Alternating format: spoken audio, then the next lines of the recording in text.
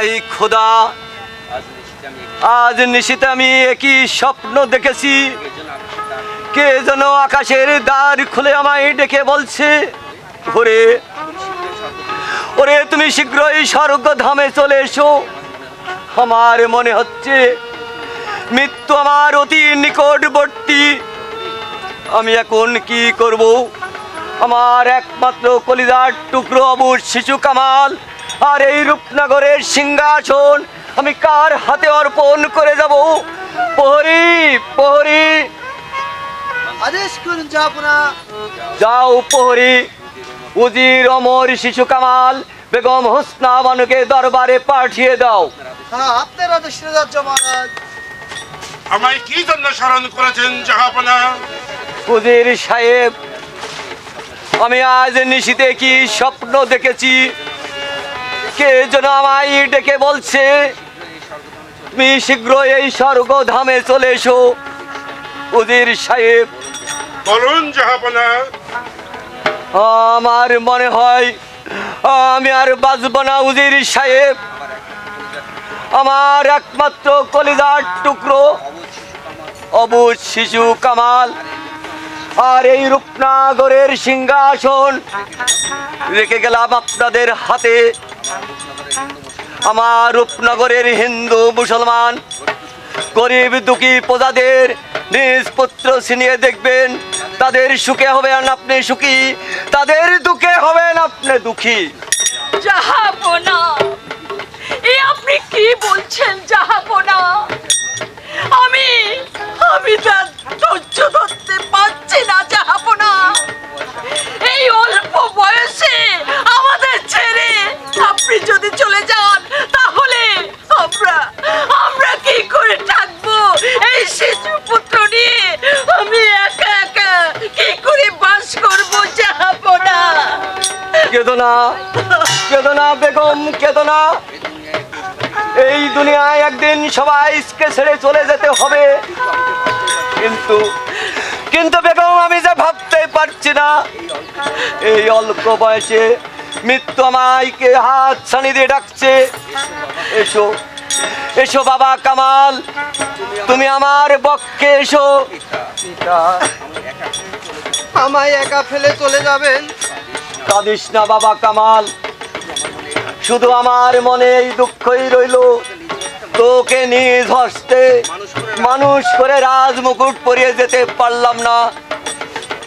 বসো বসো বাবা কামাল, তুমি এই সিংহাসনে বসো। আমি জীবিত তাকে দেখে যেতে চাই। আমার কামাল এই রূপনগরের সিংহাসনে বসেছে। জাহাপনা, বেগম, আজ থেকে এই রূপনগরের সিংহাসন জাহাপনা, জাহাপনা! ওগো, এভাবে কি করলাম খোদা?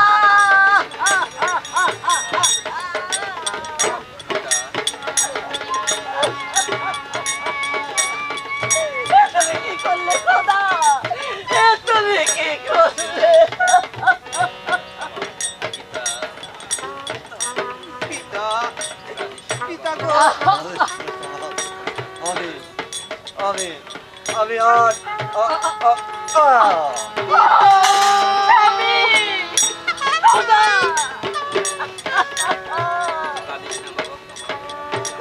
কাঁদিস না, কাঁদিস না বাবা, তুই কাঁদিস না। শান্ত হয়ে ধৈর্য ধর বাবা, তুই কাঁদিস নে। কাঁদে কেঁদে আর কি হবে বাবা? তুই শান্ত হয়ে খোদা, আব্বার আদেশ পালন কর, আব্বার আদেশ তুই পালন কর। মা, মা গো, সত্যি পিতা আমাকে ছেড়ে চলে গেল, আর পিতাকে আমি ফিরে পাবো না। বলো মা। না না বাবা না, মানুষ একবার চলে গেলে আর ফিরে আসে না বাবা, আর ফিরে আসে না। ও খোদা, এ তুমি কি করলে খোদা? এ তুমি কি করলে? মা, মা গো, আমি কার কাছে যাব, কাকে পিতা বলে ডাকবো? বলো মা, বলো। কেঁদো না কামাল, কাঁদবেন না বেগম সাহেবা। যা হওয়ার হয়েছে, এখন চলুন জাহাপনার মৃতদিনে সৎকার করতে হবে। না না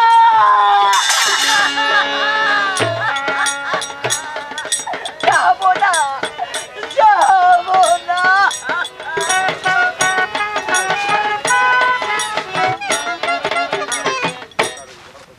সেনাপতি জাফর আলী খান, বলুন ওজির সাহেব।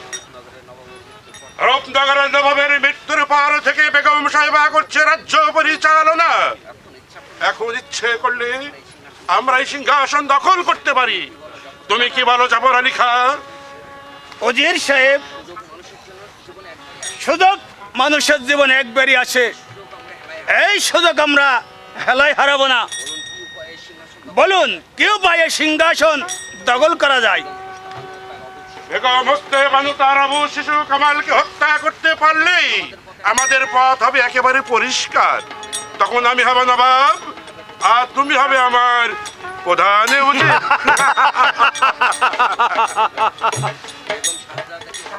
বেগম ও শাহজাদাকে এভাবে হত্যা করলে রাজ্যে একটা গোলযোগ সৃষ্টি হয়ে যাবে।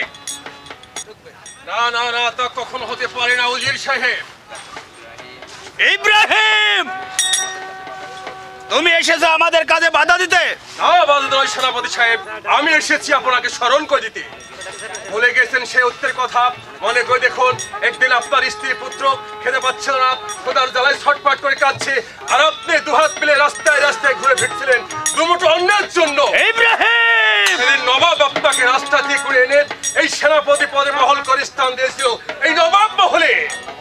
আজ নবাবের মৃত্যু হতে না হতে তার স্ত্রী পুত্র কর্তার হত্যা, না না না, তা কখনো হতে পারে না। ইব্রাহিম, বেরিয়ে যাও এখান থেকে। বেশ, তাই যাচ্ছি, কিন্তু মনে রাখবেন এই নবাব মহলে আপনাদেরকে প্রতিবাদ করা না থাকলেও আমি চুপ করে বসে থাকবো না। আমার জীবন দিয়ে হলে তাহাদিগকে বাঁচাবোই বাঁচাবো।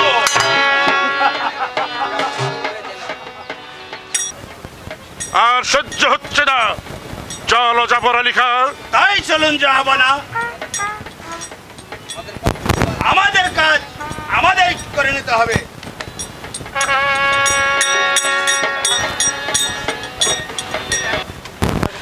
হাই খোদা, এইটুকু কচি ছেলেটাকে নিয়ে আমি কি করব খোদা? আমার স্বামী আমাকে একা ফেলে পরপারে চলে গেছে। আমি এই অবশ শিশুকে নিয়ে কেমন করে রাজ্য পরিচালনা করব? তুমি আমাকে বলে দাও খোদা, তুমি আমাকে বলে দাও। সর্বনাশ হয়েছে বেগম সাহেব, সর্বনাশ হয়েছে। সর্বনাশ? শিকড় শিশু কামাল কিনে পালিয়ে যা। পালিয়ে যাব কেন? কি হয়েছে বলো তুমি?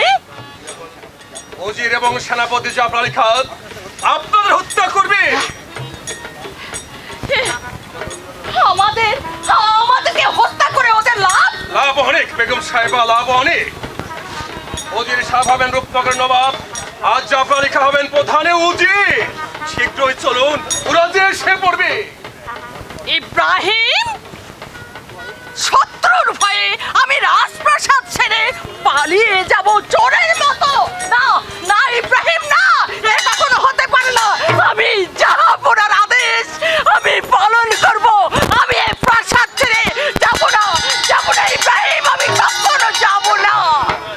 আপনি কি তাহলে যাবেন না? আপনি এই রূপনগরের শেষ সম্বলটুকু নষ্ট করতে চান? না না, তা হতে দেব না। কামালকে বাঁচতে হবে। ওই জালিম শয়তানদের বিরুদ্ধে একদিন আমাদের রুখে দাঁড়াতে হবে। ও ভেঙে দিতে হবে ওদের বিষ দাঁত। এসো এসো ভাই কামাল, আমি তোমাকে মরতে দেব না।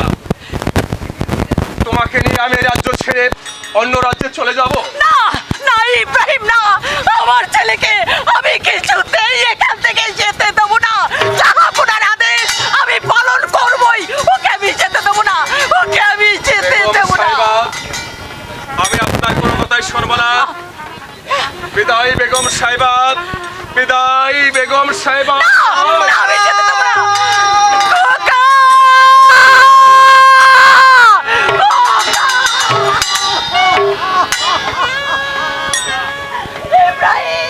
ইব্রাহিম!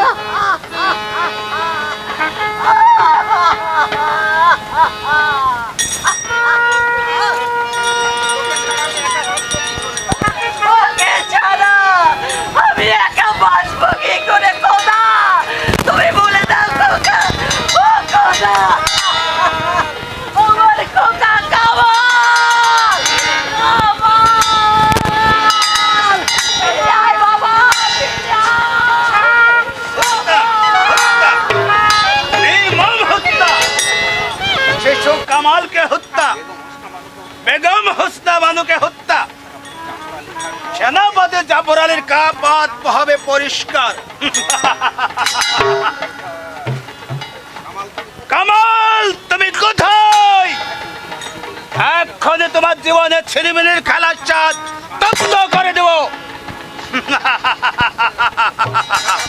না, তা হবে না। তোমার আমার স্বপ্ন আর বাস্তবে পরিণত হবে না। জাফর আলী খান কেন? যে পালিয়ে গেছে, পালিয়ে গেছে। পালিয়ে গেছে। শিশু কামালকে নিয়ে ইব্রাহিম পালিয়ে গেছে। কিভাবে পালিয়ে গেল?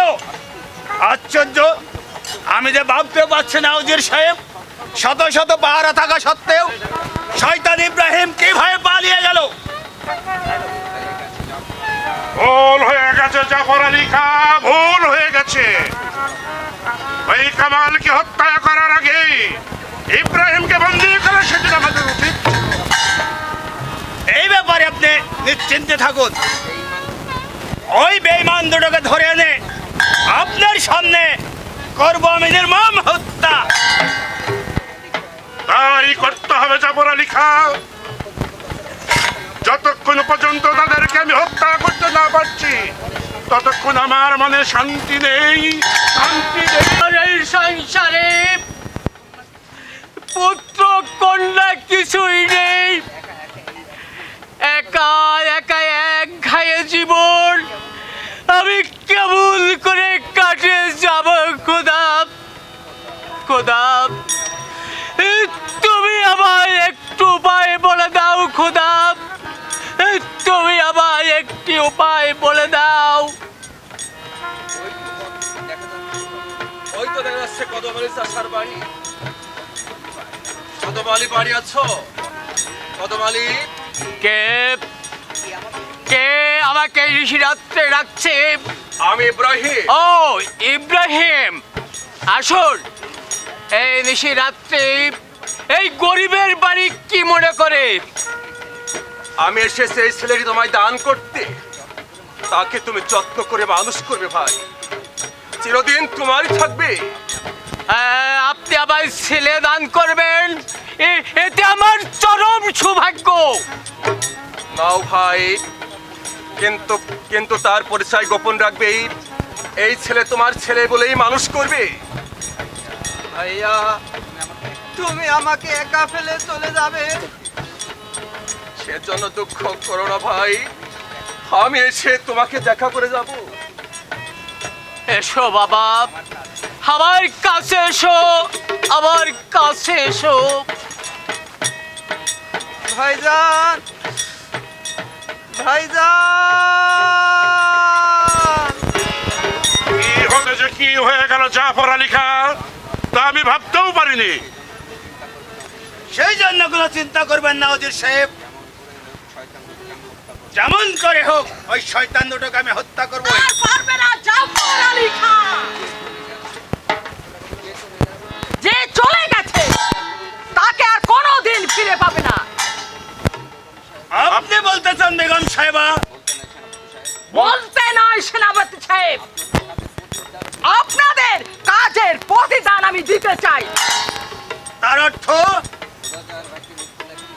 খোদা যার ভাগ্যে মৃত্যু লেখেনি, শত চেষ্টা করলেও তাকে আপনারা মারতে পারবেন না। আজ কামাল জল্লাদের হাত থেকে মুক্ত। আপনি কি চান আমরা শিশু কামালকে হত্যা করেছি? নিশ্চয়ই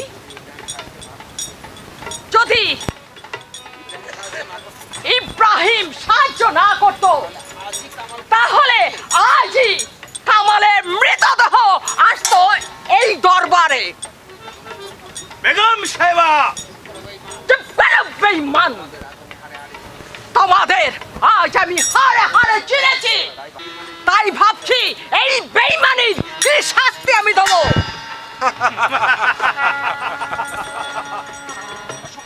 অসম্ভব! বেগম সাহেব হয়তো জানেন না যে এই নবাব দরবারে আমরা সবাইকে অর্থের বিনিময়ে কিনে নিয়েছি। কি? যদি আপনার ভাগ্যকে আপনি সুসম্পন্ন করতে চান, তাহলে আমাদের অনুগতভাবে এই নবাব মহলে আপনাকে থাকতে হবে। কি?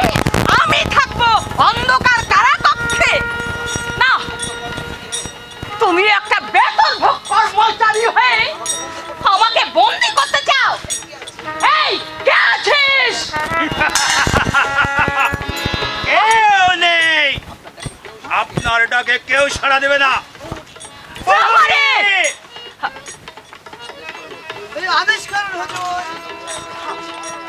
বেগম সাহেবাকে বন্দি করো, তাকে বন্দি করে নিয়ে যাও অন্ধকারে কারাগারে। বেগম সাহেবকে বন্ধু হ্যাঁ, কোনো কথা নয়। এ কি? এ তোমরা কি করছো? ও খোদা! এ তুমি কি করলে খোদা? এই কি লেখা ছিল আমার কপালে? যারা আমার হুকুম মেনে চলতো তারা আজ আমার খোদা!